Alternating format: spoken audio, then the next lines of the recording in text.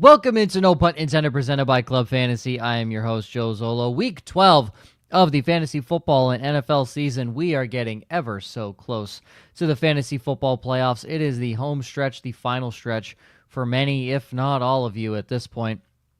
3, maybe 4 weeks left to make that push into the quarter, semis, or if you're in a weird league, the finals of your fantasy football league.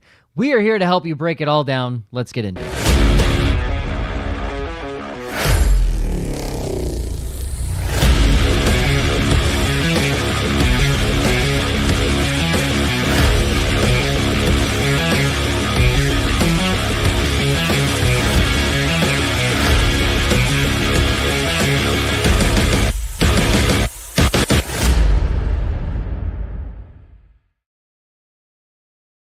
Welcome into No Punt Intended, presented by Club Fantasy. I'm your host, Joe Zollo. Just 2 dummies on the screen today. Hi, Josh. Hate that you always call me a dummy. It just cripples my already low self-confidence. Thank you for that, Joe. Appreciate you. I'll call you something different next week. You want it to be worse? Because I'll make it worse. Pay some bills. TrophySmack.com/WOFF. We're going to get to that early since we didn't get to it until the 50th minute of last week's show because of all your incredible questions. So we'll pay that bill nice and early. TrophySmack.com/WOFF. It's holiday shopping season, baby. Head on there. All your fantasy loser, fantasy winner, fantasy anything needs. Go and check them out. TrophySmack.com/WOFF. Super chat available. Not normally something you need on a Wednesday night, but if you want to get in and out quick, we appreciate you. Our guy Steven always drops in there. We appreciate you, Steven. Super chat if you want it jumped right to the top. We answer all of your questions, as you all know. And like and subscribe. We greatly appreciate every single one of you. All right. We're going to do something a little different because I feel like week 11 was a fucking week from an NFL standpoint. It felt like there was a takeaway from every single game. And like you could say that every single week, right? There's a takeaway from every game. But like a headline moment takeaway that either has repeated itself or is just something we've all been thinking. So we'll start with the Thursday night game. Josh, you've mentioned Jeudy Daniels has not looked right since that rib injury. That was on full show in this week's game. Now he has a longer week to rest, so we'll see how that plays this week. Speaking of Jeudy Daniels, he has crippled the Chicago Bears. That franchise is now plummeting. Caleb Williams will be forever a bust. That is. Stop with the forever a bust. Come on. Shout out to you, Green Bay, for blocking that field goal. Oh, it was amazing. Detroit, unsurprisingly, bounced back from Jared Goff's 5 interceptions. That was ridiculous. Titans-Vikings game was kind of meh, but shout out Nick Westbrook-Akine. 2 catches, 117 yards, and a 98-yard touchdown. Second only to Derrick Henry's 99-yard touchdown. That's some good numbers. Vegas, Miami. Jalen Waddle still sucks, and Devon Achane's the entire offense. The Patriots coaching staff should have been fired before they were hired because they just let Cooper Kupp and Puka Nacua run all over them without Christian Gonzalez doing anything. Taysom Hill is a bitch, and that we can all agree on. I'm just going down the list on how ESPN has these scheduled. Anthony Richardson. I'm not going to say we're batting 1,000 on Anthony Richardson this year, but we're batting 1,000 on this show. We all said he'd have a good week. I don't think we thought he'd have as good a week in the passing game. That was pretty impressive from what he did there. The Baltimore Ravens and Todd Monken can't fucking figure out that Derrick Henry should be in on rundowns in run situations. You're going to run the football on the 2-point conversion and not have your fucking running back in there? That's asinine. That's insane. Atlanta-Denver was kind of boring, but shout out Bo Nix, 4 tutties and 300 yards. Seattle-San Francisco, Geno broke the curse, and Kyle Shanahan should be fired. And now I'm seeing Niners fans even say that, so that's great. The Bills beat the Chiefs again and we'll lose to them again in the playoffs. We all know this, people. The Chargers secondary was exposed, as predicted. And also, as predicted, the Bengals bungled. That's what they did. The Bengals bangled. Their season's been rough. Could you imagine? Oh, God. I would. It's like that killer fantasy football team that has like second or third most points, but it's just getting slaughtered Hosed. by everybody's A+ week. Hosed. Yeah. Yes, getting hosed. Just imagine in the if points the NFL had median wins and losses. I put up 164 points in fantasy football this week. The other guy put up 192. I don't know what a boy is to do. I was the third highest scoring team in the league. I don't know what a boy is to do. And Joe Mixon, shout out to me for calling Joe Mixon the RB1. I'll give you props on that one. Fuck yeah, baby. Joe Mixon. Again, I'd like to give a shout out to all the haters of Joe Mixon. And just like that, in the blink of an eye, we have questions. My goodness. Love you guys. Arturo, trade deadline in a few hours. Should I hold Jaden Daniels or trade him? Hold? I'm still holding him, yeah. Yeah, hold. Still hold. I'm not that worried about the ribs. Like, ribs heal, and it's not like he's taking a ton of hits because he's taken off running. His rushing stats have been down over the past few weeks. So give it time. The week 14 bye is coming up, but he'll be ready for the fantasy playoffs, and that's obviously when you want him the most. I think they've yet to have their bye, right? They're week 14. Yeah, so, they're week 14. That's like the last week before the playoffs, yeah. Yep. And I think that's why a lot of people are so worried about, should I trade him, should I not trade him? So I wouldn't. So here's it's bruised ribs, which all that means is he just needs to not do anything. And he's had essentially 10 days to do that because he's had the extra week. He goes into, a couple more weeks of football, then he has the full bye week. He will be fine. I wouldn't panic. I would keep him. I'm in a 14-team league and I'm holding on to him. Steve-O, are we scared about Rico? We're always scared about Rico. How scared are we? Apparently, I mean, we've never been calm. We've never been content. We've always been scared. I don't think we've ever recommended start Rico Dowdle on this show. It had to be a bare bones decision to be like, all right, yeah, let's start. He's droppable. Just drop him. There's no need for Rico Dowdle on your team. This is a good one. Bo Nix or Baker Mayfield this week? Bo Nix is playing a team. Baker Mayfield is in New York, and Bo Nix is in Las Vegas. I will happily take Bo Nix. Yeah. Spoiler alert. Bo Nix is one of my upsides this week. It's Bo Nix for me. Bo Nix. Don't get me wrong. I like Baker. I just like Bo Nix more. Bo Nix has looked very good, especially when it comes to fantasy football. Who is Jared Goff? He is an unathletic white guy that is employed by the Detroit Lions. He is employed to throw balls and put up 50. Sometimes he finds the right team. And when he plays against the Perkins School of the Blind, it's a lot easier to find the right team. It's incredible Doug Peterson still has a head coaching job right now with how the Jaguars. We were literally waiting on Monday morning for that news to break that Doug Peterson was fired. He just didn't. I mean, if there's a time to do it, it's during the Jaguars bye week. Like, let the new coach come in. He's got 2 weeks to get his team ready. If he's not going to get fired now, he's probably not going to. Outside of Urban Meyer, has Shad Khan really canned anybody midseason? I don't think he has. I don't think so. No, I mean, Urban Meyer was just an absolute train wreck, so that one made sense. Yeah. Yeah, I Doug Peterson's not that big of a train wreck. I mean, I think this is it's a combination of Trent Baalke being a terrible GM and getting him players that really just kind of suck. But his offense is archaic when you really factor in how everything works in NFL nowadays. Yes, 100%. Steve-O says Waddle's not even good enough for the CFL. It's feeling that way. Listen, there's some dogs up there in the CFL. All right, don't you hate on our neighbors to the north. All right, they gave us Cameron Wake, throwback. Yeah, he was a defensive end, but throwback. Jamie, we're talking about Devonta Smith explosion against Quentin Lake. Well, it says I honestly had to look up who the hell Quentin Lake was.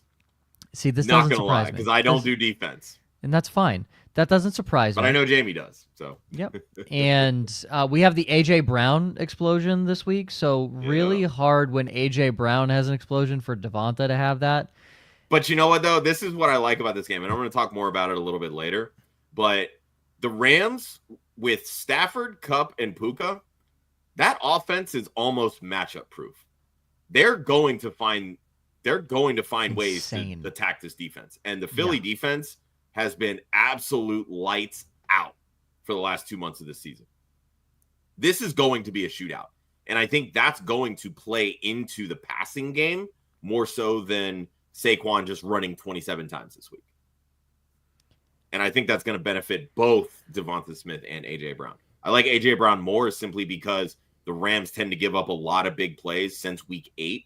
They're averaging 15 yards per reception allowed to wide receivers. And A.J. Brown has almost 19 yards per reception this season. Look, Kendrick Bourne was having a field day against them. I think Devonta Smith and A.J. Brown can definitely do it themselves as well. 100%. Robbie, how do you feel about Pickens this week? Not really a fan of starting players in Thursday games. Feel like this is going to turn into an AFC North ground and pound. Well, spoiler, there's an upside pick, and his name is George Pickens. Cleveland has allowed the most receiving touchdowns, or most touchdowns to receivers over the last 5 weeks. Yep. If George Pickens is getting peppered 12 times in a game, listen, Pittsburgh should have scored 2 or 3 times last week. And George Pickens fucked up my parlay with my touchdown parlay. I had Jamar Chase 2 touchdowns in the parlay. That hit, but George Pickens can't find the end zone. Fuck you, Arthur Smith. I had Devon Achane, one other that hit almost instantaneously, and George Pickens over half a touchdown. Then I had Jamar Chase over 1.5. How did the Jamar Chase one hit and not George Pickens? I hate it here. I would start him, honestly. I don't know if you'd have many better options. He has very high touchdown upside, and I don't know if Taysom Hill can go for 880 on them. I'm pretty sure George Pickens can do the same thing. Marquez Valdes-Scantling's catching touchdowns, guys. You gotta roll with it. Although I did say quite a bit before the start of the season, Pickens and the end zone, not really a match made in heaven. All the way back to college, he's never scored more than 6 touchdowns in a season. So I don't disagree with that. Which is interesting, being a guy who he can do a lot of good things. But if you were to break down, like, what would you put George Pickens as? He's a 50-50 guy. He is. And which is shocking that a 50-50 ball guy isn't getting, say, 8-9 touchdowns minimum a season or something like that. I'm going to quickly jump this. Caesar started Dell over Moore, and that lost me the week. So, Caesar, again, I know you listen and watch the show all the time. Lovely, loyal subscriber. You know who's right on this show when you ask a start sit question. That's all I'm saying. You want to know the guy who said start Tank Dell? Yeah, that's true. This guy. That guy said that. That's all I'm saying, Caesar. In fairness, he led the Texans in targets. You know what? That's awesome. That's great. I think Cedric the Tillman, opportunity was there, at least. I think Cedric Tillman had 12 targets. Weren't good ones, but he had them. Ralph Raphael. Should I bench CeeDee Lamb week 12? Oh, baby. Yeah, I followed that up with, what are your other options? Because in a vacuum, no, you're not sitting CeeDee Lamb. Yeah, you can't imagine that you are. It doesn't. It all really depends on your options. I mean, you have 6 teams on a bye this week, yes, and a lot of them have really good options. Like, to me, CeeDee Lamb is still at minimum a top 20 wide receiver. Even with rush. Like we said, I mean, they had, this full week, and they knew what they were doing. CeeDee Lamb was targeted heavily, and he almost had 100 yards. So you're going to roll with CeeDee. Like, yet the Cowboys suck. Yeah. But at the end of the day, what the stats read for fantasy football, Cooper Rush had 354 passing yards, and CeeDee almost had 100 yards receiving. That's what the stats read. And that's all you care about in fantasy football. So whether it's garbage time, those points from CeeDee may not come until the fourth quarter. They're going to come. They're going to be there. So I think you're still rolling with CeeDee right there. Magic, Chuba or Dobbins rest of season? I think it has to be Dobbins. I mean, at this point, it does. Yeah. Better offense, better team. It's the better offense, better team. We don't really know how much Jonathan Brooks is going to cut into Chuba Hubbard's workload. I was actually doing the math. Out of all of the running back rushing attempts on the Panthers, Chuba Hubbard has almost 80% of them on the season. That is wild to me. I did not realize that they'd been running him that much. I know he's been very much a volume play this year, but even 80% felt high. Yeah, nobody's contesting him. There's nobody else in the backfield. But now Jonathan Brooks is playing.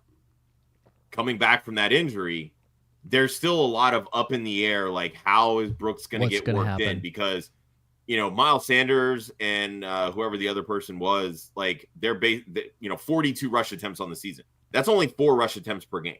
You've got to imagine that Jonathan Brooks is going to get more than 4 rush attempts per game. Yeah, and if that's the case, I don't think that the answer can be Chuba Hubbard here. No, it's Dobbins right now. He's the top dog in the backfield, and he's in the better offense. The Chargers offense is firing right now, and they're going to fire again this week when they play the pitiful-ass Baltimore Ravens defense.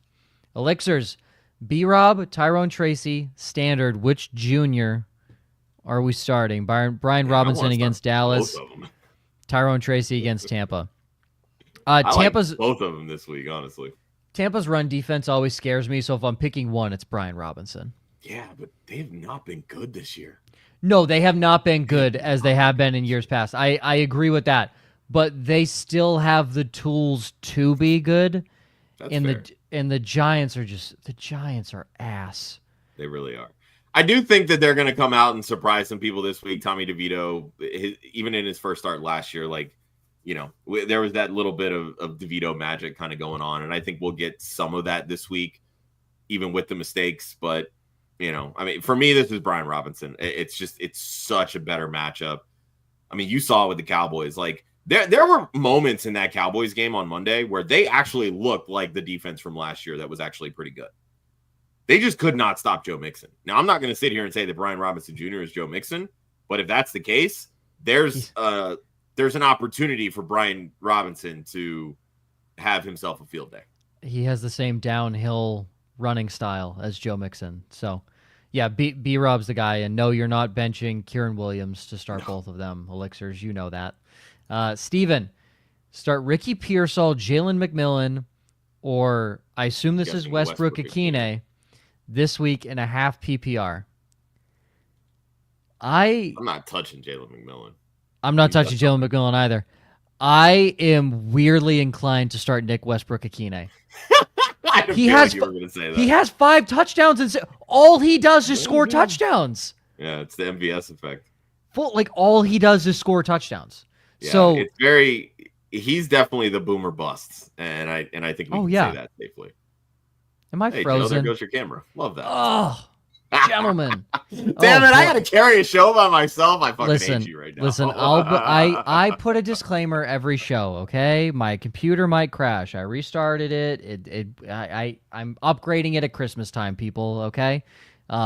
Super chat. Scares please. Me. Yeah, super chat. There you go. Pay for Joe's new computer. Josh, you answer. No, I just need a new hard drive. It's only like $200. Listen, super chat, pay for my new hard drive. Everything will be fine. I will turn off and be back in 3 minutes. Everybody enjoy 3 minutes of Josh. If the stream loses viewers, then we know why. Scary. There you go. Right. No, it sucks that Ricky Pearsall only had 1 target, no catches. I still think out of these options, Steven, that Pearsall is the better of them. But again, to me, it really just boils down to how the rest of your lineup is structured. If you're really hurting with those bye weeks, because there are a lot of them this week, and maybe you want to shoot for the moon, maybe your opponent has somebody on Thursday night's game with the Steelers and the Browns, maybe one of them pops off for big points and you need to chase upside, maybe then go Westbrook. Ricky Pearsall is 100% the safest play, Westbrook being 100,000% the biggest boom bust option because of how Will Levis and that Tennessee offense is utilizing him. All right, next one. Mr. Magic, are we trading J.K. Dobbins and JSN for what kind of RB? Well, let's see. Dobbins is a low-end RB1 this season. JSN he's been solid. He's been solid. 10 for 100, I believe, this past week, even with DK returning.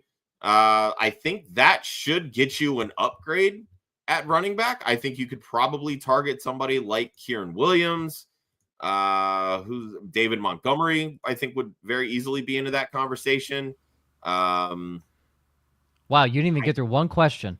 Shut up. Look at this guy. God, and look at the stream. The stream viewers dropped. Jeez. Oh, fuck off. These guys. Trade Dobbins and JSN for what kind of running back? I mean, probably. I said Kieran Williams. That's fine. I was going to say, low-end RB1. That's what I'm thinking. Yeah, I mean, because that's kind of where Dobbins is. Like, you want to be able to upgrade. If you could get Joe Mixon, do it. I think it's going to be very difficult after this past week, but those would kind of be in that range that I would target, like Kieran Williams, Joe Mixon, Josh Jacobs. Jacobs. In that range. Jacobs would be another one. Yeah. If you can manage to get Joe Mixon, props to you. That guy's a league winner. You want to know who leads all fantasy running backs in points per game? Joe Mixon. Joe Mixon. Yep. Joe Mixon has missed 3 or 4 games, and he's the RB5 on the year. Well, and that's kind of what I was getting at, is because, right, like when you look at overall total season, Joe Mixon is RB7. But like you said, RB7, points per game, he's RB1. Yeah. So, but that's the thing. Not everybody looks at points per game when they're looking at trades. They're looking at what have you done over the full season. Mm-hmm. So that's why I say, like, if you could get a Kieran Williams 17 points per game, Devon Achane 17 points per game, Joe Mixon obviously a lot higher, but right above those guys. Even Jahmyr Gibbs 18.2, David Montgomery 16.3, Dobbins is down at 15.7. Jacobs is just below that. So I don't know that I would make that trade for Jacobs, although I do think Jacobs is ascending more right now than J.K. Dobbins is, especially because of the pass game usage. Sure. Agree with that. Robbie's saying he's 5-6 in the season, got a pretty much win out. Usually he's got Stafford, Henry, Pickens, J-Mo, Kraft, D-Hop, Tracy in the San Francisco defense. Got Russell Wilson, Cedric Tillman, DeAndre Swift, Jawan Jennings, Cole Kmet, and Eckler on the bench. I feel like you're well-rounded, and you have 2 hot quarterbacks right now. I think you're rolling with Stafford right now. But you're sitting pretty. Your wide receivers can be very hit or miss. Yeah, especially with J-Mo. If you want a more consistency, like throw Jawan Jennings in the lineup over Jameson Williams. Yeah, he seems to be their number 1 right now, even over Debo. Like, I don't love your defense. That San Francisco defense, I can't get on board with them right now. And I love Eckler as a rotational piece. I think you're good. You've probably just had some unfortunate losses. I have a lot of the quarterbacks. Yep. Stafford only had 3 touchdowns in the first 7 games.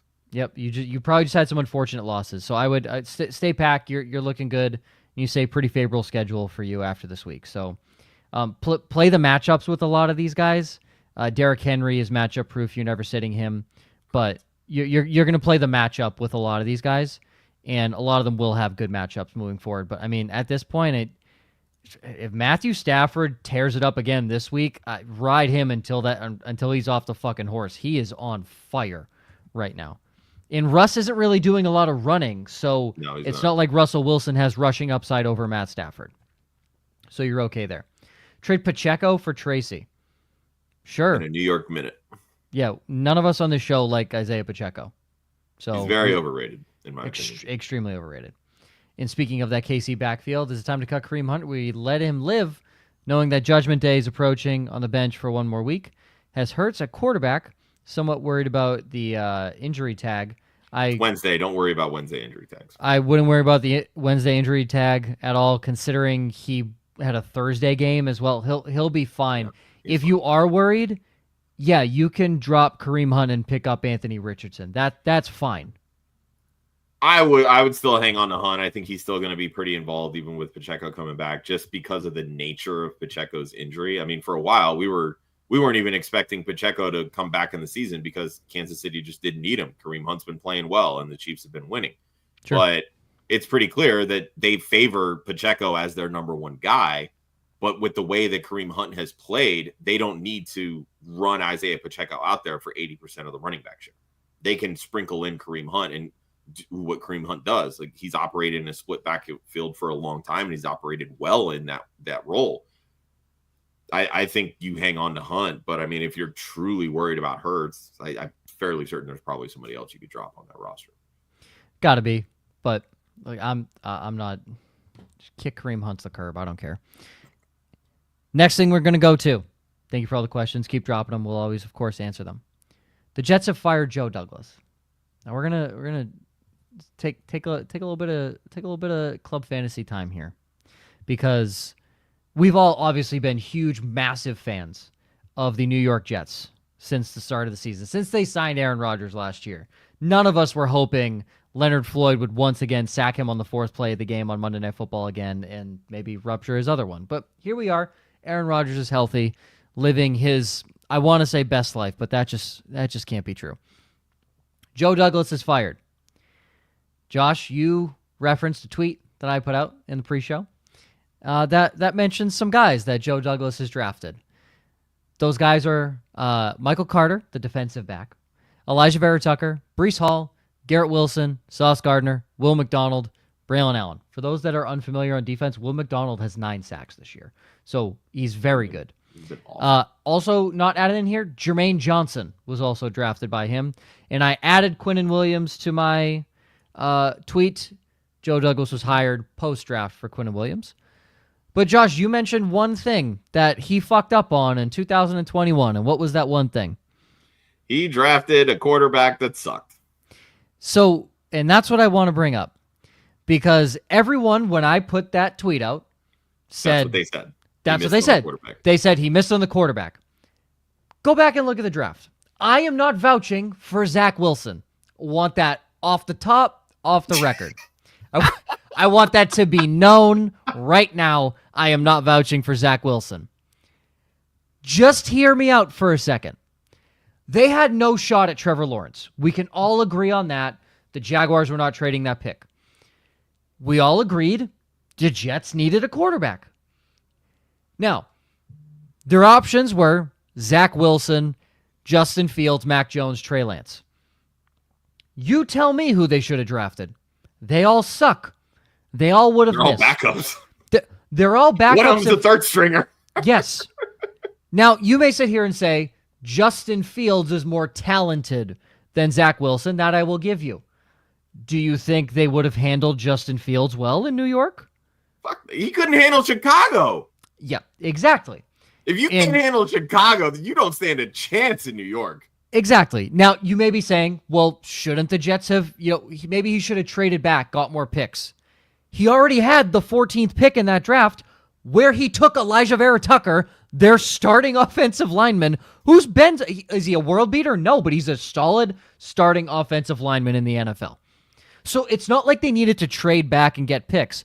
Your argument could be, maybe they draft Jamar Chase. Maybe they go and get Penei Sewell to shore up the offensive line even more and get 2 tackles or 2 offensive linemen there. I'll grant you that. Maybe go to the defense and go Pat Surtain. That's all you're doing is kicking the can down the line, though, right? Like exactly. When you need a quarterback and there's quarterbacks available, you take a quarterback. Take the best one that you find. Like, people will go and they'll say that, Brock Purdy's been the best quarterback in this class. Sure. He did not get picked until the 7th round, the last pick of the fucking draft. Nobody wanted him. Nobody wanted him.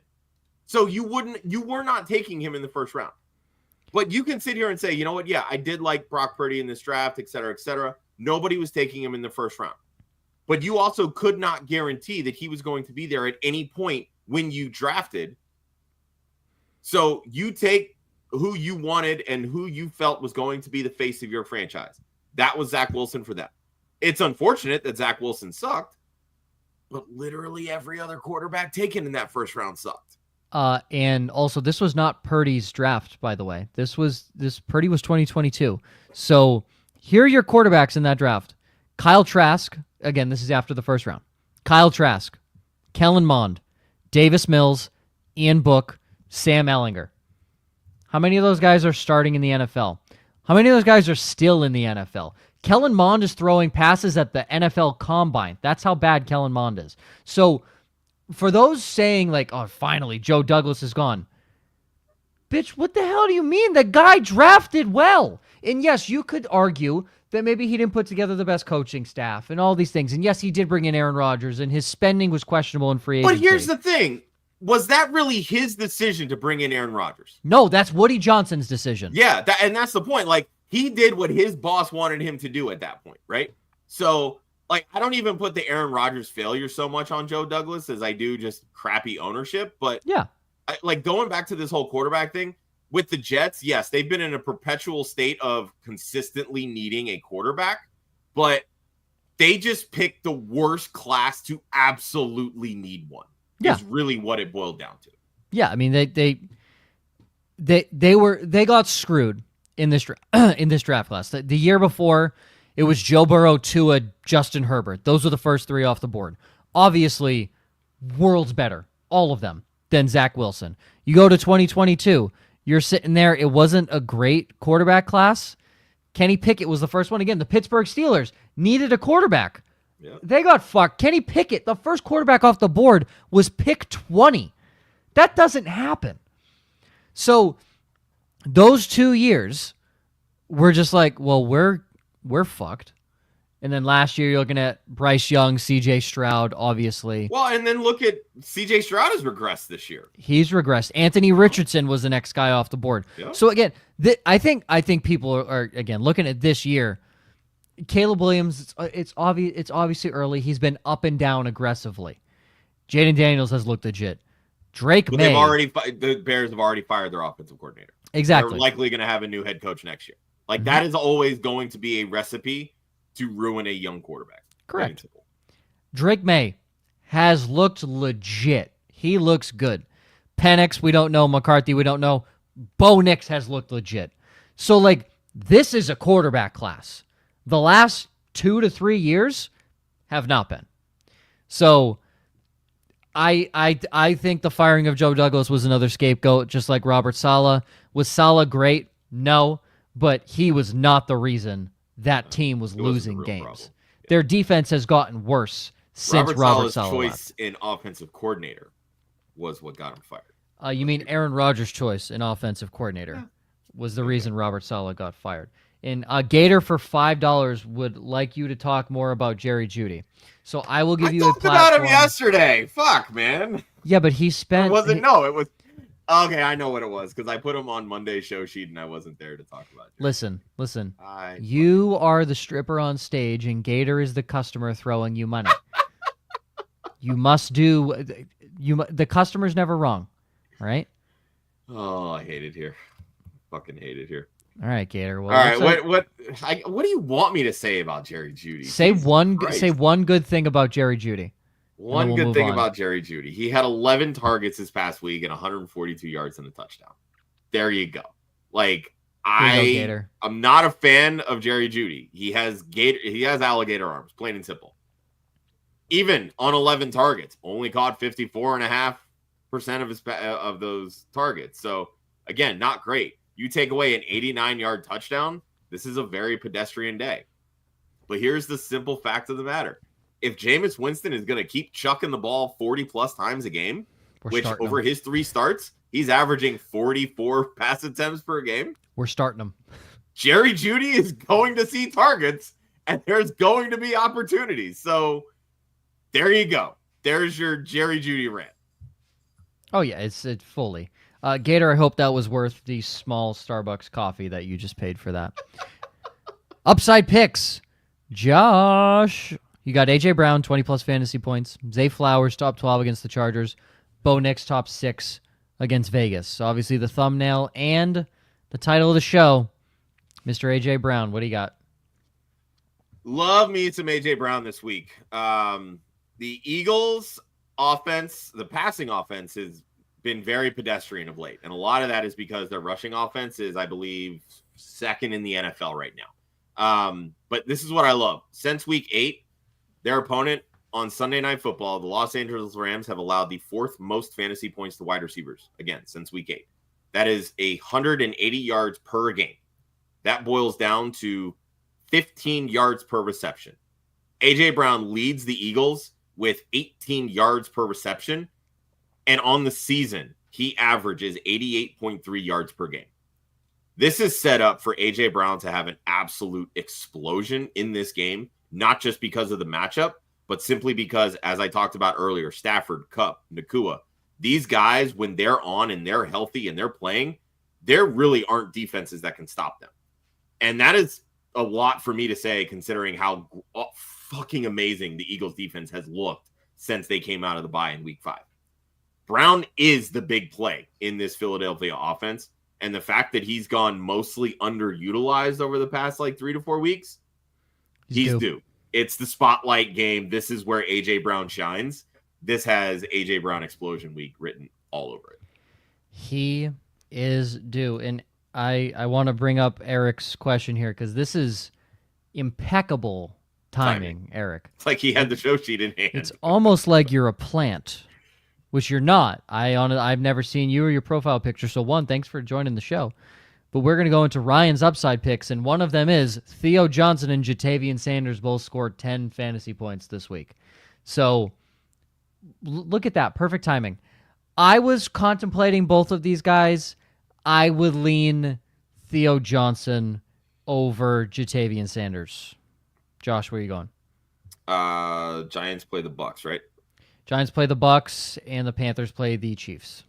Yeah, I would definitely lean Theo Johnson this week. Bucks allow since week 8, and it's 3 games for them, but the 4th most fantasy points per game to tight ends. Basically, on average, they're allowing 8 catches, 90 yards, and a touchdown. That's pretty damn solid numbers over 3 games. Again, Tommy DeVito, you don't really know what you're getting, but young quarterbacks, young inexperienced quarterbacks, they tend to lean on tight ends. It's kind of been proven over the years. So I think that kind of lends itself to more involvement for Theo Johnson in this offense. I think we'll see a lot of Wan'Dale Robinson as well, just for that simple fact. Again, I like both, but I would lean Theo this week. I'm Theo too. I think we've seen Tommy DeVito play, I wouldn't say at a high level, but at a decent level for 6 quarters of football, and he's shown that he's not afraid to throw it. So Theo's my guy. Jatavian Sanders scares me, just because of Kansas City, and I think Bryce Young's going to shit his pants seeing Patrick Mahomes or just knowing he's going up against the Chiefs. I think Jatavian Sanders in other weeks is totally fine. This week I'm leaning Theo. Other 2 upsides for Ryan. J.K. Dobbins is top 10, and the 2 touchdown special goes to George Pickens, as mentioned, most wide receiver touchdowns allowed over the last 5 games. Cleveland has, plain and simple, just given up touchdowns to the wide receiver position. And as Josh has mentioned, A.J. Brown is due. Ryan mentions George Pickens is due. My picks. Look, guys, I don't get many of these right. All right, I'm really good at start-sit questions. I don't get many of these upside picks right because I kind of go crazy with what I say. But when I go crazy, I'm right. And I had Mixon as the RB1. I don't feel as confident this week in some of my picks, but here we go. David Montgomery, top 6 against Indy. Terry McLaurin, top 12 against Dallas.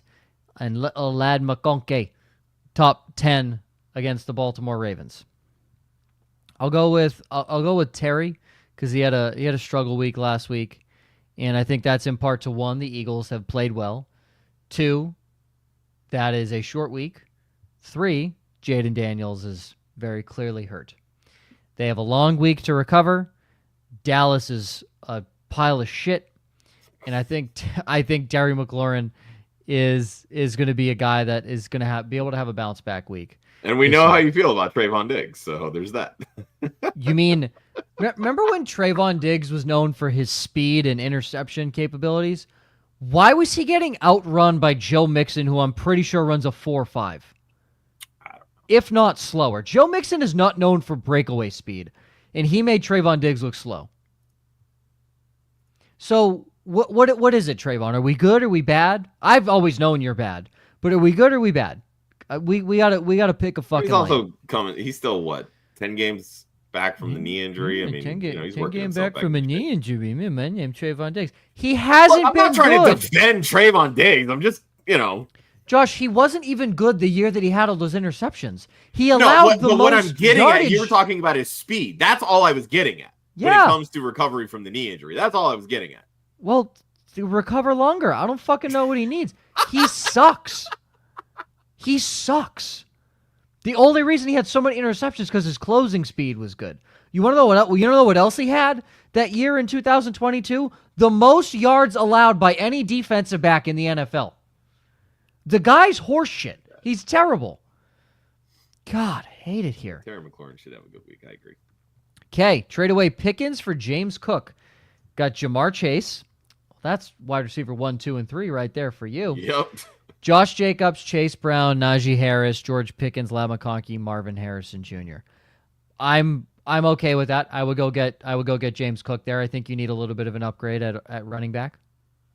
I wouldn't even necessarily call it an upgrade. I just think you need depth there. I mean, Jacobs, Sure. Chase Brown, Najee. You're not really starting Najee every week, and I think you're okay starting Jacobs and Chase Brown. You can throw Cook into that mix. He's actually scoring touchdowns this year, which hasn't been doing over the first couple of years. So, yeah, again, literally, George Pickens isn't really scoring touchdowns. So, James Cook, Ladd McConkey's come on, has over 600 receiving yards. Marvin Harrison has a great schedule to close out the season, and of course, you have your top 3 wide receivers all wrapped up in Jamar Chase. So, James Cook did not have a good week last week. He just found the end zone twice, which is unlike James Cook. And that's all we need. Jason, is starting 4 Commanders players too much? Honestly, no. Against the crappy Dallas defense? No. Got Ertz, the Commanders D, and the Commanders kicker. I assume Zane Gonzalez because I believe Seibert is still hurt. I got Eckler also, but wanted to see if I should start Pittman or Wan'Dale Robinson instead of Eckler. Start there. He's got a couple more after that. I wouldn't start Pittman. No, definitely not.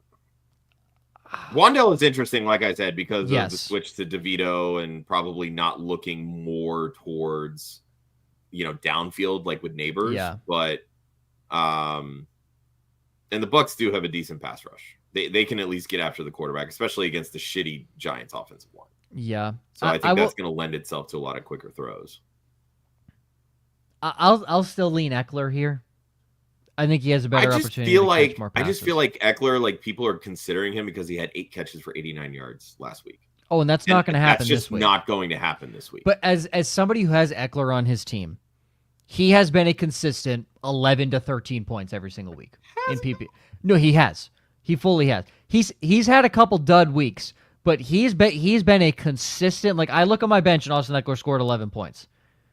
He's averaging 12.3 fantasy points. So. He's been a consistent force sitting there. So I don't think Wan'Dale Robinson has major upside. So I'm going to go Austin Eckler.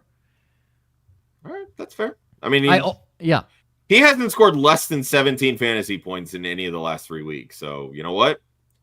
Wheels up. Yeah, I'm all about it. Let's go. Fire him up. Also, we're starting Pacheco this week while being limited. I mean, it really just kind of depends on who else is on your team. Yeah, I mean, if you're fully screwed, then any plays, sure. I mean, you're hoping he falls into the end zone against Carolina. That's really what you're hoping for there. Yeah. And then he says, rest of the season, Ertz, Kincaid, or Jake Ferguson.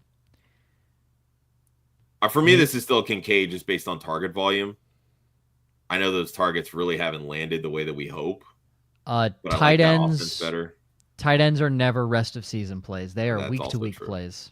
Yeah, unless they are named Brock Bowers or George Kittle. They are week to week plays at this point in time until further notice.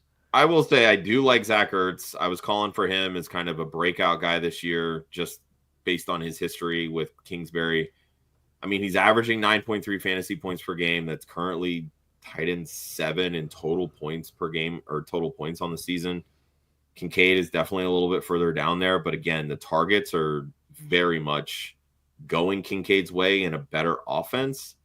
Ertz has seen 61 targets already this year too, so you have to deal with the week 14 bye with Zach Ertz, and I believe that Kincaid has already had his. Buffalo. So I think that would be the biggest thing. Buffalo's on a bye this week. Okay, well that's fair. So it's a toss-up. I just think there's more upside with Kincaid than anything, but I don't think you're really wrong with either of those. The answer is definitely not Jake Ferguson. He's droppable at this point.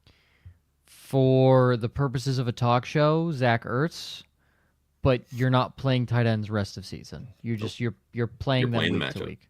Yep, you're playing the matchups. You're playing them week to week. All right, downsides.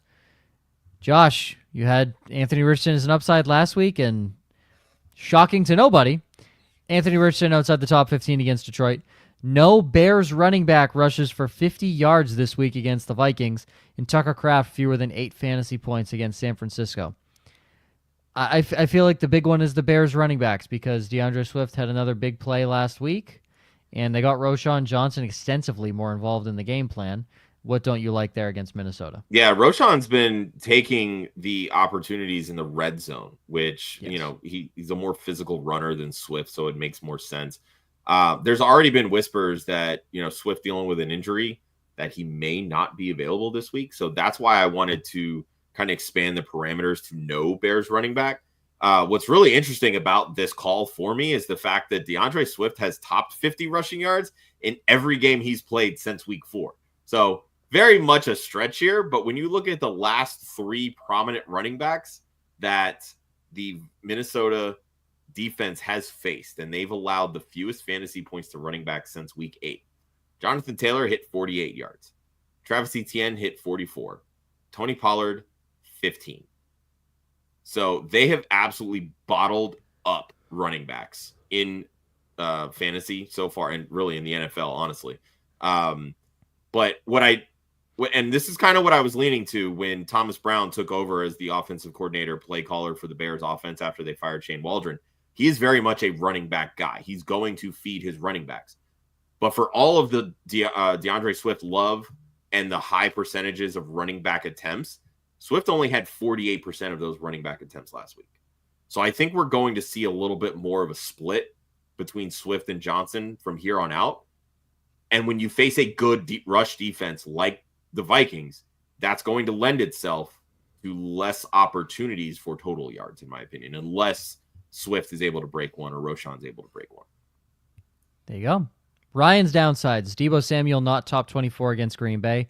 Chuba Hubbard under 10 fantasy points against KC. And the no touchdown special this week goes to Marky Mark and the Fun Bunch. A bunch of African Americans plus Mark Andrews against the Chargers on Monday Night Football. No tight end touchdowns allowed this season by the Los Angeles Chargers. That's a pretty good reason to put him on the no touchdown special right there. I do have some notes on Chuba Hubbard, since I was actually going to put him as one of my downsides until I saw that Ryan had his. So give me some Chuba Hubbard stats. Why don't you? So this obviously is the debut of Jonathan Brooks. I mentioned a little bit earlier before. He's handled 70, almost 80% of the running back rush attempt share on the Carolina Panthers. So volume obviously has played into the caliber of season that Chuba Hubbard's had. Kansas City allows the fewest rushing yards to running backs since week 8. I talked a lot about Minnesota's run defense. Kansas City's actually been better. They allow the 4th fewest fantasy points to running backs since week 8. What could potentially help Chuba's value is the fact that Kansas City does allow 5 catches per game. But I still think that, again, when you're starting to work Jonathan Brooks in, volume has played so much into Chuba's season where we've seen it, where he'll have 20 carries and like 70 yards, but then is able to salvage a day with a touchdown. When you're splitting carries and getting somebody as highly drafted as Jonathan Brooks involved, that's going to limit a lot of that upside and that potential for those late in game touchdowns to salvage a day. I don't like Chuba this week, so I'm on board with it. My downsides: Malik Neighbors outside the top 25 against Tampa. Tyreek Hill outside the top 25 against the Patriots, and Jonathan Taylor outside the top 12 against Detroit. We kind of touched on what the Giants were and why we like Theo and Wandale and not so much anybody else in that offense, including Malik Neighbors. Tyreek Hill. Christian Gonzalez has pretty much bottled up Tyreek Hill every time he's played against him. We say it all the time when we mention the Dolphins passing game. The best way to mess up the Dolphins passing game is play press coverage and get physical with their receivers to mess up their timing. And not just the timing of Tyreek Hill and Tua Tagovailoa, but Tyreek Hill does not like playing against a physical corner. Tyreek Hill is 5'10". He's not a guy that can get physical with a defensive back. And Gonzalez is 6 foot, and he can match up, toe for toe with Tyreek Hill when it comes to press coverage. Tyreek may be able to beat him with speed, but if Gonzalez is bumping him at the line and not giving Tyreek this head of steam that he can get, Gonzalez runs a 4.3. He can run stride for stride with Tyreek Hill. So after a week where Tyreek did find the end zone, he had a solid bounce back week for people that... He's had 2 straight with a touchdown. He has the last, it was 3 for 16 and a touchdown against 2 weeks ago. So it was like, okay, good job. Like, pound on the back. I'm just saying 2 straight weeks with a touchdown. That's all I'm saying. Sure. Yeah. Congratulations. Yeah. The 5th overall pick in fantasy drafts finally finding the end zone. Last week he had a decent week. He didn't have a Tyreek Hill week, but he had a decent week. I don't see it against the Patriots. The Dolphins, even against the Raiders, had to scrap for that win. They had to rely on the Raiders breaking down in coverage and leaving Jonnu Smith in fucking Tampa Bay wide open. That's the other thing is that this offense has basically been operating through the running backs and tight ends and less about the wide receivers. So that alone limits Tyreek Hill's upside. Yes, fully. So I don't love Tyreek Hill this week. I think it's going to be a down week, and I'm pretty good at guessing Tyreek Hill down weeks in my history of putting him as the downside on Club Fantasy MPI. So I'll stake claim and say I'm pretty good at that. So I don't like Tyreek Hill this week. Just beware. Christian Gonzalez normally plays him very well. So stream of the weeks, Ryan will make a video later. But for those new, stream of the week is essentially who is 50% or more available in all ESPN leagues, I believe he pulls the stats from, if not Yahoo. But most of these are going to be over 50% available in leagues. Geno Smith is Ryan's quarterback stream of the week. Love him. I hugely disagree with that because I think this is a Seahawks trap game. And I think Arizona's defense has played well their last 3 games, but I just think it's a trap game because Geno finally gets over the hump of beating the 49ers. All that huge division win gives them second place in the division. This just feels like a Seahawks letdown week. Tight end, Will Dissly. Fucking fire up Will Dissly any chance you can get.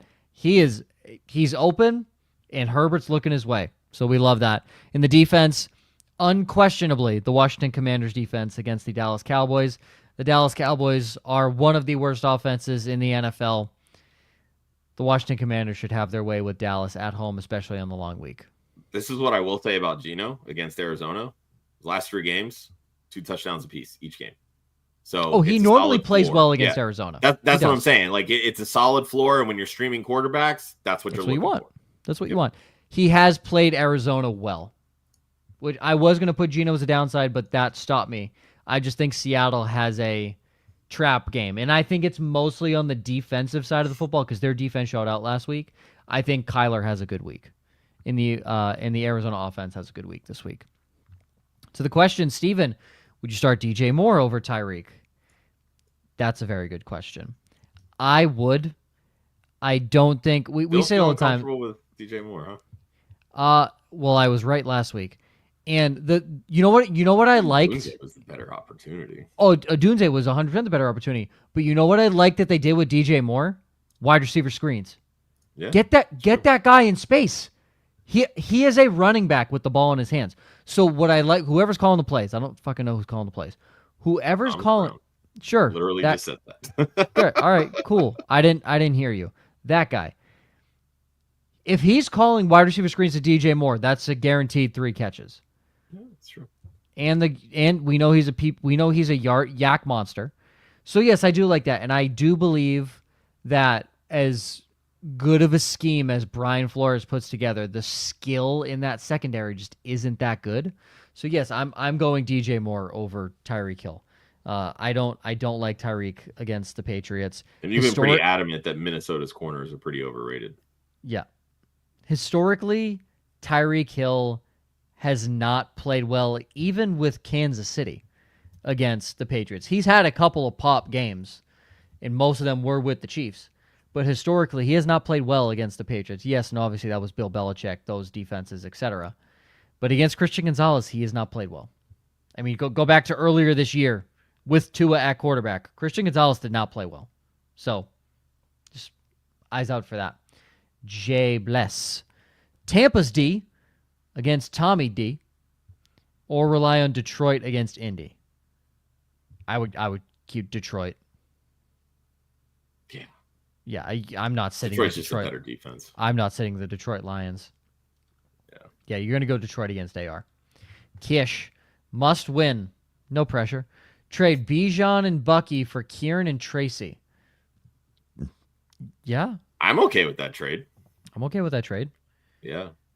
I think you're getting 2 startable running backs versus 1 startable and 1 barely matchup. a flex at this point. Yeah, it's very matchup based. Yeah, very matchup based. Yeah, I'm totally okay with that. Adam, start the Broncos or the Commanders defense this week? I've A lot of defense questions. Jeez, this is all I've right up your alley. I've seen no reason to sit the Broncos defense recently. So I will go Broncos. 100% will go the Denver Broncos. Jack. Yeah, it's a division matchup too. Yeah, division and the Raiders suck. Jack, Disley or Luke Schoonmaker? Gross. Schoonmaker looked the part, filling in for Fergie this past week. So I don't hate it. I get the idea that he's in this question. For me, it's still Will Disley. He's got a better history of production, at least over the last 5 weeks. I believe we were talking about this on Tuesday's Waiver Wire show. Will Disley only has 1 game under 6 targets over his last 5 weeks. And that's even with the wide receivers getting healthy and sort of taking over within that Chargers offense. He has earned the trust of Justin Herbert. Justin Herbert has been slinging it. This is a game where Justin Herbert is going to continue to sling it, even while they run the football quite a bit. It's still Disley for me. Yeah, Disley by a mile in this question. Adam, start David Njoku on the short week or TJ Hawkinson? Oh, it's Njoku, 100%. It is. I'm always going to lean the guy that's throwing the football 40 plus times a game. I mean, and there's plenty of targets for his tight end. So Njoku scored a touchdown or a 2-point conversion. 2-point conversion last week. 2-point conversion. I saw the highlight, him in the end zone. Yeah, I said it last week. I liked Elijah Moore. You guys didn't like Elijah Moore. I was a fan. So, yeah, any of these 3 receivers plus the tight end, if you told me you were starting them against Deion Sanders, Ty Law in fucking Night Train Lane, I'd say sure, because Jameis Winston's going to throw him the football 15 times. So there's going to be opportunity. It's really hard to sit. Njoku's one of the few tight ends where I feel like for me, he set it and forget it. Hawkinson isn't because quite of his there quarterback. Yet. Well, not even just because of his quarterback. Well, he's skillful. He's very skilled, and he's insane. Been a focal point in this offense for the past few years. Anyway, Hawkinson to me, he's still working his way back, getting into the swing of things with his knee. That's why they've been using so much of Johnny Munt, Josh Oliver. Hawkinson's going to be fine, but when you have a better option in David Njoku, this should not be a question. If David Njoku was a 49er, we would be talking about David Njoku as one of the best tight ends in the NFL. Mm-hmm. Now, it's because of the Cleveland Brown. Yeah. No, rightfully so. George Kittle is the best tight end in the NFL. Yes, he plays both sides, which is blocking and catching. But if David Njoku was there, we would legitimately be talking about David Njoku, minimum top 3 tight end in the NFL. He is that skilled. He is a chief, guys. If you don't know this, he's the chief of his fucking village in Africa. That's how scary this man is. He's a chief. It's insane. Jay, all in this year, my home keeper league. What do we think? Don't have a first or second next year to assemble this. Lamar, Alvin Kamara, Devon Achane, Amon-Ra, AJ, Bowers, McBride, Tyrone Tracy, Brian Thomas Jr., Calvin Ridley, and Benson for insurance in case James Conner dies, is what he says. So, it's morbid.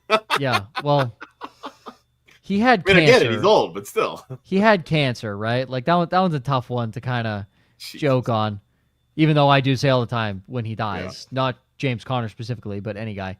I think you have a good lineup, honestly. I think you have a really good lineup. It's you very clearly went all in. League. Yeah, you very clearly went all in. Alvin Kamara has been, lackluster, I would say, recently, just because no touchdowns. But you have a Tyrone Tracy to back that up, and I mean your receiver room is chilling. That's a really good receiver room. So, and honestly, what I would do is, if you still can trade Trey McBride and upgrade, get either more receiver depth or get a better running back. You don't need McBride. You're starting Bowers every week, and that's obviously your keeper. That's the thing. Every keeper league has very different rules. So I don't know how many of these players you're going to be able to keep heading into next year. He mentions that, doesn't have a first or a second. Some leagues, your keepers are just the draft round that they were selected from. Some are just your first, second round picks, right? Some leagues you can keep one player. Some leagues you can keep 5 players.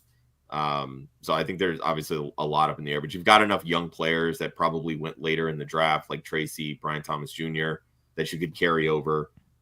Same thing, Achane, St. Brown, AJ Brown, like you've got studs up and down this lineup. If you don't win it this year, I would be very shocked. You got a good lineup. Yeah. And Adams, Evans or DK rest of the season? I go Evans. I think I'm still going to lean DK. I know you're a big DK. I will say I like Evans from the sense that Chris Godwin is no longer there to steal receptions and targets from him. It's just Evans. It's just him. Yeah. So that definitely settles that. But it's hard for me to fade DK knowing how much that team is throwing the football this year. I agree with that. JSN and Geno Smith have unlocked something together. Yeah, that's true. So that's what scares me there. And then I think for us both of this is Hawker and Njoku. It's David and Njoku. It's Njoku. It's not close. Yeah, it's David and Njoku. It's not even close. And again, it's the skill of the tight end, but the fact that the Cleveland Browns will be throwing the football 45 times a game, if not more, the rest of the season, every single game. So that's what you're going to lean on. Jay says we keep 2, and it's what round they're drafted. Get 3 flex spots, so can start McBride in one of them if he does choose so. I mean, that's fair. I still think that when you look at McBride's season, obviously he's had a good season, and he's doing it without even scoring touchdowns. So that lends itself to, great value. But why not take the time to move McBride for a piece that can continue to help you this year? Mm-hmm. Let that be somebody else's keeper. And that opens up a potential keeper spot for you this year, right? Or for going into next year. Because obviously you're keeping Brock Bowers. Like that's you got him in like the 10th or 11th. I have to imagine. You got him late anyway. That's a steal. An insane value when he's finishing as the tight end 1 right now. So I like that. That's ultimately why trading McBride would make sense in this scenario, because it's not like you're trading him for a draft pick, right? Like you're trading him to get something back. He's going to have more value to somebody else because you're not going to keep 2 tight ends. And that's ultimately how you play these keeper leagues. Like you want to be able to provide somebody else some value to keep, but also get something in value in return, whether it's somebody that you can keep next year or somebody that's going to propel you to a title this year. Yep. I completely agree with that. Adam, another rest of the season, Chase Brown and Hall. On this show, I think we like both of them. Yeah, but it's still Breece Hall for me. Yeah, well, it's not even an either or. It's just who do you like? Like, do you like them rest of the season? Yeah, we are all big Chase Brown and Breece Hall people on the show. Yeah, Chase Brown is seeing 100% of the running back share right now. Like that is just wild to me. Because he's a dog, baby. Yeah. Chase Brown. Jack chiming in. Thoughts on Downs against Detroit? It's less Josh Downs and more Anthony Richardson. I still think if there's a Colts wide receiver that can do anything, it's going to be Josh Downs. Him and Anthony Richardson have developed a very good chemistry. If we get some of those deep shots, yes, Alec Pierce will have a shot there, but Downs is doing the damn thing. I mean, to me, he's still a flex with Anthony Richardson. There's probably better options that you have, but given the bipocalypse of week 12, you may not. On a bye. So, that's kind of where I'm at. I think he's got a pretty solid 10 to 13 fantasy points that he should be able to get you. If you need to play him, Detroit's secondary has not been stellar or top tier. Yeah, so Downs plays in the slot, and there's a chance he sees a lot of Brian Branch. Oh, yeah, Brian Branch he's a mean man. Brian Branch is a mean man. Let me tell you. And Steven's asking, why is everyone so down on Pearsall after one bad game? I don't know if it's everybody's so down, but he just has such a small sample size in the offense. Whereas, if he had this one bad game and he'd been, consistent over the first 11 weeks of the season, but he's only played 3 games, I think, 2 games. So it's hard to do a full judgment, especially when you have Debo, Kittle, and McCaffrey you're contending with. And Juwan Jennings. Well, and I think that's kind of the big thing is that they didn't have Kittle last week. It was all Jennings. Debo was there, didn't really perform well. So you're down one of those top options, and he only sees one target and doesn't catch it, right? So you get a healthy Kittle. You have a healthy Debo. You have a healthy CMC. Jennings is kind of defaulting right now into that wide receiver 1 role. What's left for Ricky Pearsall at this point? There's nothing. Nada. Left. Yeah. It's one target, and you're just hoping he catches it. Absolutely nothing left. So, and I also don't like that they're going into Green Bay this week. As somebody living in the Midwest, it's getting cold here, folks. It's supposed to snow tomorrow here in Indianapolis. So, it's getting chilly, and I do not like a team in San Francisco that is tradition. Yes, it gets cold in San Francisco. It doesn't get Green Bay Midwest cold in San Francisco. So I'm a little worried about that for a guy who played collegiately at Florida. Just putting that out there. So, Adam, you think B-Rob against Dallas, Tracy against Tampa are must-starts this week over Bucky against the Giants, and Swift against Minnesota? Yes, that's the easiest. I think we actually answered this question earlier. Between B-Rob and Tracy, who would we rather? Yeah, and we said if you can start both, do it. If not B-Rob, but yeah, you're going to play both these guys over Bucky and Swift. Bucky's still in a timeshare, so that limits his overall upside. The team is still infatuated with Rachaad White, and I still don't get it, but he is effective in the passing game, and he's still going to see volume there, even with Mike Evans back, because they don't have Chris Godwin. So that, again, it limits Bucky's upside. The plus side with Bucky is that he is slowly starting to get more of that running back share over Rachaad White. Yeah. So, there is still that chance that, he breaks a long one. But if he doesn't score a touchdown, he's not going to have near the volume that the other two are going to. Swift is questionable right now. He's dealing with an injury. Minnesota, as I talked about earlier in the show, they have a very stout run defense. And Swift right now is losing touches to Roschon Johnson. So, again, you're talking about timeshare guys. With B-Rob, he's been very effective on the ground and is still seeing targets out of the backfield, even with Austin Eckler there. That's kind of become a two-headed monster. It's just a light version of Detroit. And then Tyrone Tracy is just dominating that Giants backfield right now. Devin Singletary, who at this point? 100%. And then Jay saying, first-time watcher living in Terre Haute. I believe I'm saying that right. I know I've fucked it up so many times since I've been here, but Terre Haute, about an hour and a half away from me where I'm at in Fishers. So shout out you, Jay. First off, thanks for watching. Hope you like and subscribe, and hope you've enjoyed the show. That's it, folks. We're gonna go to some WAF picks here because we got some underdog picks. Sign up using the code WOFF. Claim your free pick. First time deposit offer up to $1,000 in bonus cash on Underdog Fantasy. I didn't have mine officially last week, but I told you both Zach Bond and Nakobe Dean over 8 tackles, and they had 8 solos, so that was big time. Josh, you have Jameis Winston higher than 34.5 pass attempts for reasons we have previously stated. I went the passing attempt route last week, and I was so freaking pissed that I took the lower on 27.5 for Jalen Hurts. He had 28. Yeah. Well, I'm backing you up in the Cleveland passing game. I went Jerry Jeudy higher than 6.5 targets. And, of course, Ryan, going with the theme of George Pickens, higher than a half total touchdown. He obviously has him for 2 touchdowns in this game.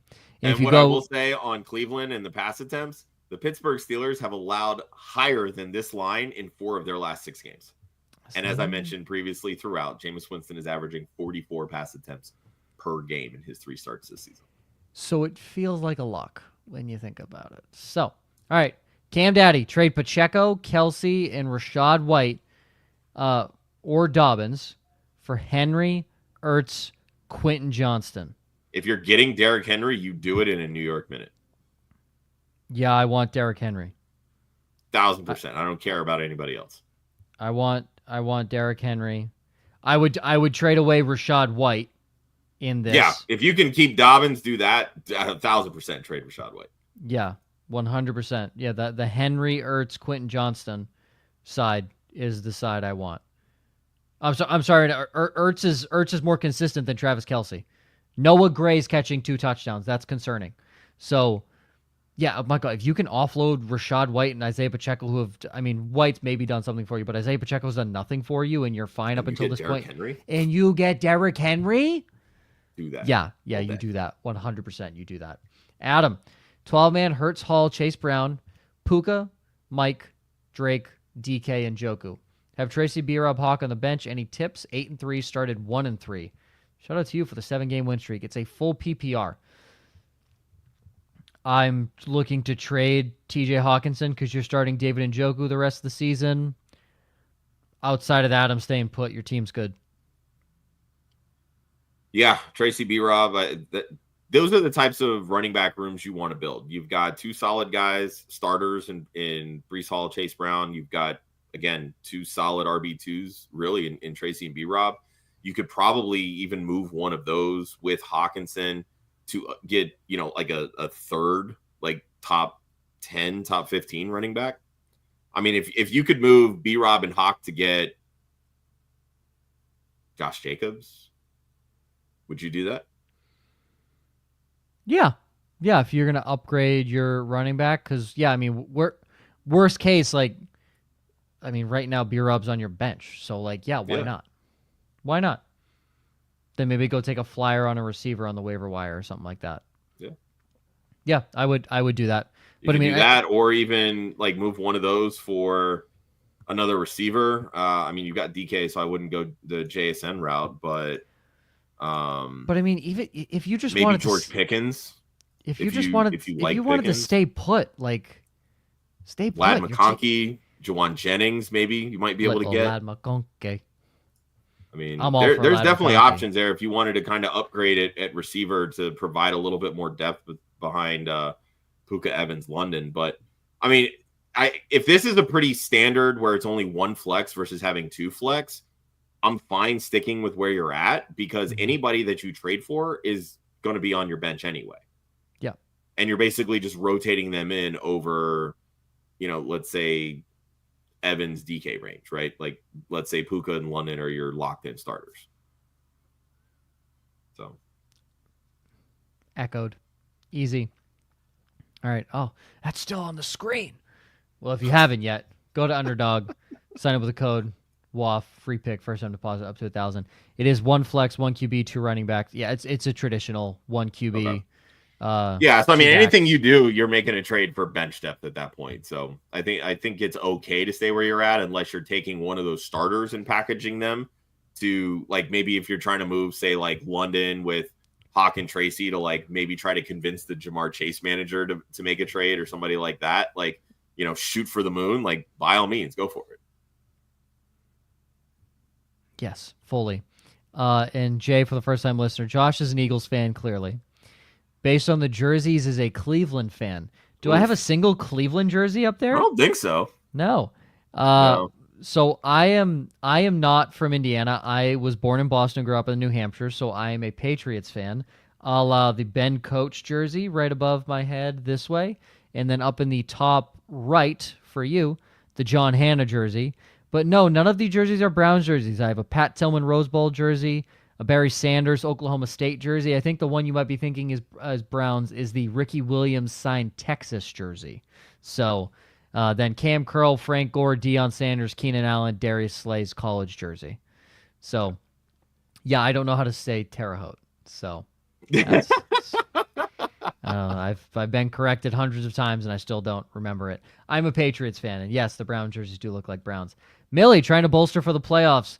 Love Henry, Kamara, Mondre, Najee, ARSB, Cup, Evans, Reed, Mooney, Otten. Who should I target if I'm trying to up that roster? I would target a receiver, but I was going to say you could even look to upgrade from Love at quarterback. Could look to do that as well. Henry, Kamara, Mondre, Najee, ARSB, Cup, Evans, Reed. Mondre and Reed for, I don't know. It's really hard. I assume it's a 1 QB. It's really hard to trade. Yeah, if it's a 1 QB league, take Jordan Love and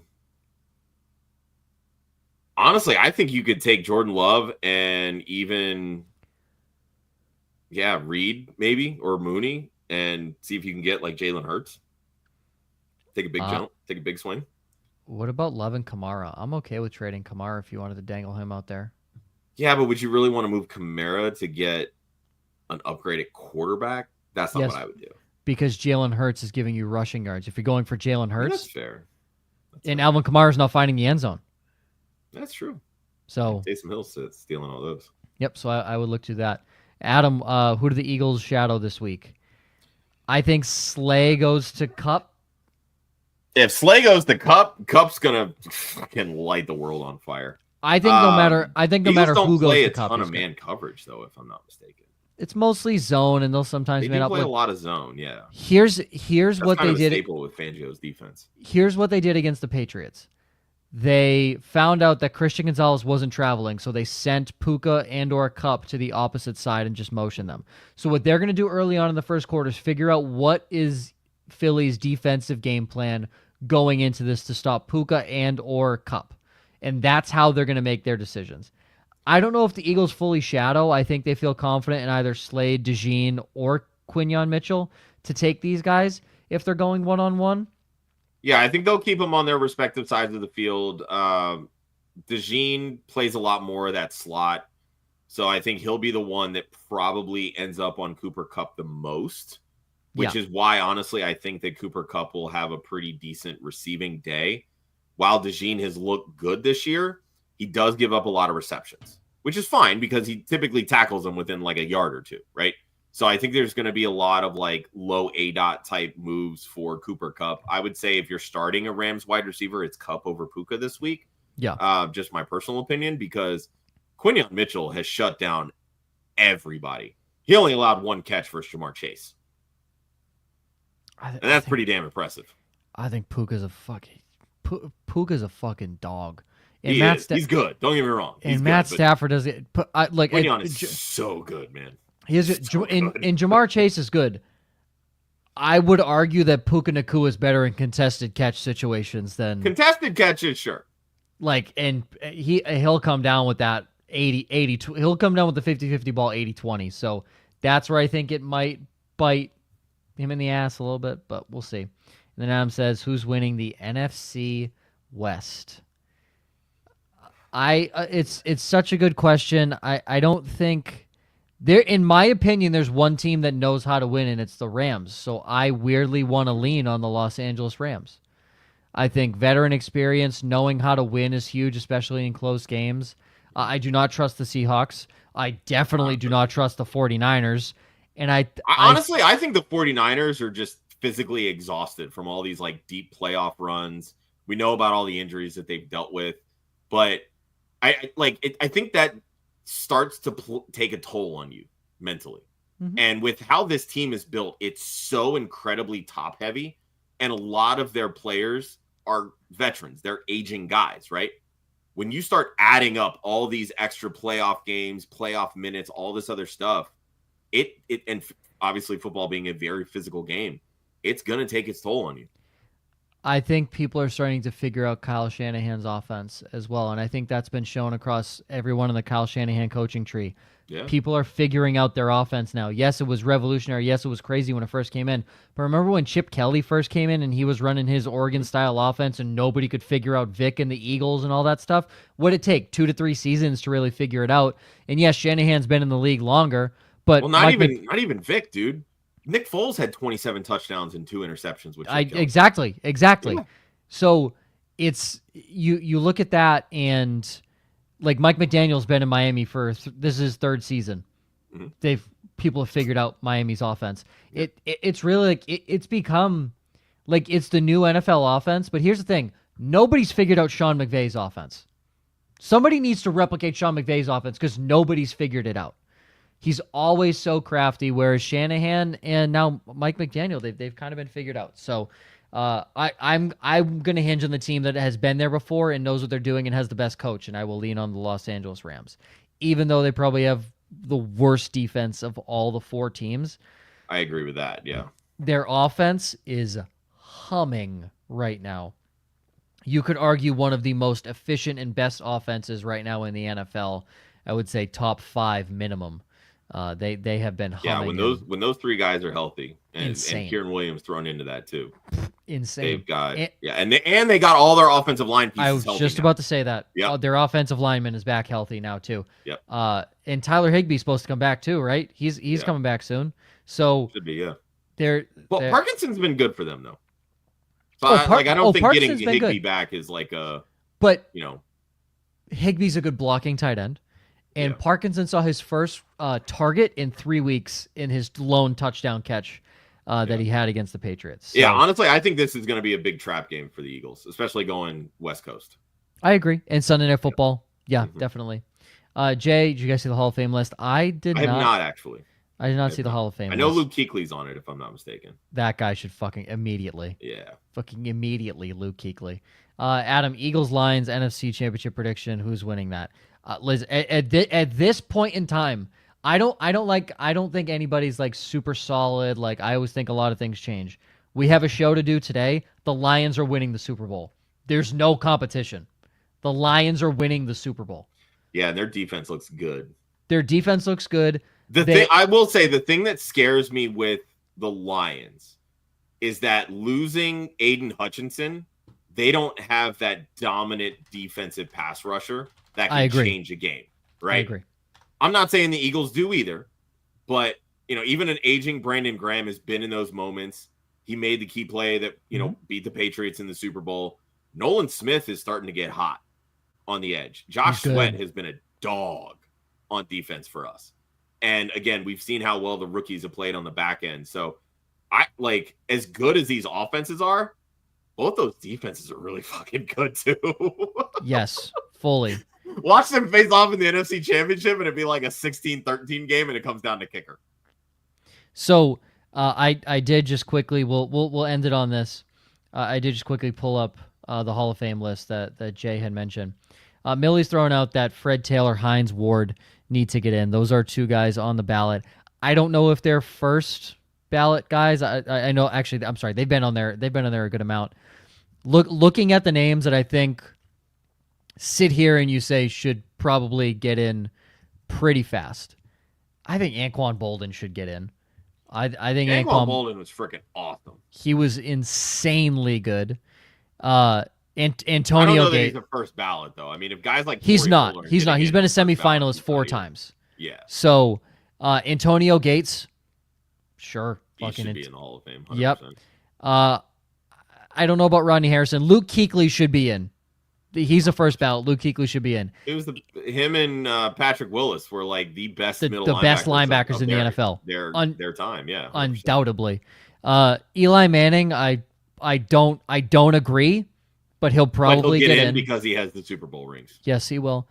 Steve Smith, get his fucking ass in the Hall of Fame. Get Steve Smith's ass in the Hall of Fame. I mean, there's a lot of good guys. If I'm picking them, Adam Vinatieri will go in this year. This is his first year. After that, I don't think a kicker's going to get in on the first ballot. Devin Hester didn't even get in on the first ballot. It's Adam Vinatieri. I agree, but again, like the voting process has never favored special teamers in any way, shape, or form. I agree with that. If I'm looking at the first ballot guys that are going to get in, I think it's Kuechly and Eli Manning. I think for sure. I disagree with Eli Manning. I disagree with Eli Manning. 100% disagree on him. I don't think he's a Hall of Famer at all. Nothing that he really did was that impressive. But again, he won 2 Super Bowls, and he was the quarterback that led the team that beat the 18-0 Patriots. So he's in that. Like I've always looked at the Hall of Fame as, can you tell the history of the NFL without that? You can't. You can't. And that's exactly. Yep, he is etched in history. To me, that unfortunately, because he's been not a great quarterback, but you can't tell the history of the NFL without Eli Manning. And that's where I think Vinatieri gets in. But yes, you are correct. It does not favor special teamers. Okay, real quick. Niall, you already commented. Ridley has been harder, so we're going to go Calvin Ridley there. Yeah. And Cindy throws in, should a risk starting Mike Evans or play Jerry Jeudy as a safe play? I'm still going Evans. Yeah, we'll lean Mike Evans, but honestly, I would look to play both of them. if you can, and that's just based off of target volume that Jerry Jeudy's going to see. Thoughts on Garrett Wilson rest of the season? Look, he's still a top 10 guy to me. He's still a top 10 guy. He'll be there. You're gonna have to deal with the down. You're gonna have to deal with the down weeks. Yeah. That's what you're gonna have to deal with, and then you're gonna hope and pray Aaron Rodgers leaves and they get a decent quarterback. And even if they don't get a decent quarterback, he was still wide receiver 10 with Zach Wilson. So, yeah, you're just gonna have to deal with some down weeks like you did last week. For Josh, myself, and Ryan, who's not here, you can follow Club Fantasy on Facebook, Twitter, and Instagram at Club Fantasy FFL. The URL is clubfantasyffl.com. I will happily riot on the steps of the NFL Hall of Fame if Eli Manning gets in. We'll join you. We're within driving distance. Ladies and gentlemen, thank you. I know we had some new people in there. Like, subscribe. We hope you guys enjoy this. We go live, no punt intended, every Wednesday, 9 p.m. Eastern. This is a year-round show. We do not leave you once the off-season comes. We have full off-season content. We also have a bunch of other shows. The next time you will see Josh will be on Saturday for Starts at Different Day. I will not be there this weekend due to work obligations. But you will see us normally on Starts at Different Day if you didn't get your Starts at questions in. Or, of course, something changes from the Thursday game and you play a guy that pops off for 70 points and you need to figure out something for your lineup and play upsides. We're here to answer all those questions as well. Always remember, defense wins championships, offense wins fantasy football. We will see you